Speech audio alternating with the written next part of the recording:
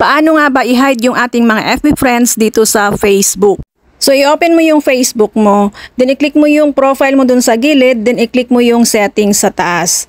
Then, under dyan sa settings and privacy, yung search icon, i-search po natin yung friends or free. Free. Ganyan lang siya, guys. Then, makikita niyo yung who can see your friends list. So, yan, i-click lang po natin yan mga ate. Then, dito natin makikita yung pwede nating i-change yung audience natin. Pwede natin siyang i-only me, i-public, i-friend to friend, or nasa inyo po kung ano po yung option ninyo na ilalagay.